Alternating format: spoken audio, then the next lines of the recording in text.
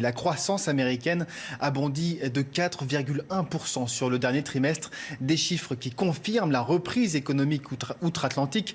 Donald Trump qui a immédiatement tenu une conférence de presse depuis la Maison-Blanche, annonçant des performances incroyables à 4 mois des élections de mi-mandat. On en parle avec vous, Pierre Ourcade. Bonjour. Bonjour. Vous êtes avocat au barreau de New York, au barreau de Californie et à celui de Paris. Est-ce que Donald Trump, qui était vivement critiqué ces derniers mois, depuis le début de son mandat, est-ce qu'il a réussi son pari « Make America It Again » ? Je le crois. Je crois qu'il est en train de réussir son pari. Il faut savoir qu'en moins de 2 ans, il a accompli plus de réformes fiscales que ne l'avait fait Ronald Reagan pendant tout son premier mandat. Il faut aussi se souvenir de ce que Bill Clinton disait. En anglais, il disait « It's the economy stupid », c'est-à-dire c'est l'économie qui compte.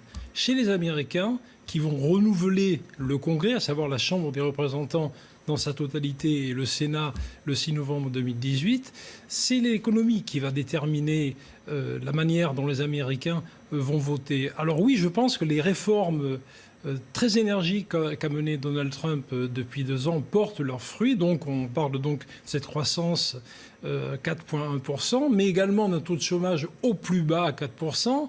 Alors les chiffres, eux, seront officiels la semaine prochaine sur le chômage. Tout à fait. En effet. Mais il y a quand même un taux de chômage historiquement bas. 7% chez les Afro-Américains également, ça aussi, c'est pas négligeable. Donc au niveau économique, je crois que Donald Trump est en train de réussir son pari. Moi, je pense que c'est d'une croissance durable. Ce sont des chiffres, ça n'est pas simplement un effet d'annonce, ce sont des chiffres qui vont servir l'économie américaine à travers les réformes, notamment fiscales, qu'a engagées Donald Trump. Donc c'est toute l'Amérique qui en bénéficie et toutes les strates de population, les classes moyennes, les différentes ethnies américaines profitent de cette embellie économique. On va parler maintenant de la diplomatie étrangère de Donald Trump. Est-ce que justement, ce n'est pas un effet, un coup de com' pour les élections de mi-mandat, montrer que Donald Trump est capable de gérer sa diplomatie étrangère ? Non, je crois que c'est indépendant. Là aussi, Donald Trump est toujours là où on ne l'attend pas. Il a complètement rebattu les cartes au niveau diplomatique. Je rappelle quand même, Oui. que Donald Trump avait fait marche arrière lors du sommet d'Helsinki. Il avait remis en cause les services de renseignement américains. Et lorsqu'il était revenu aux États-Unis... Il avait commis ce fameux lapsus. En effet. Mais il a quand même rebattu les cartes au niveau diplomatique. Il a quand même renoué les liens avec le dictateur nord-coréen.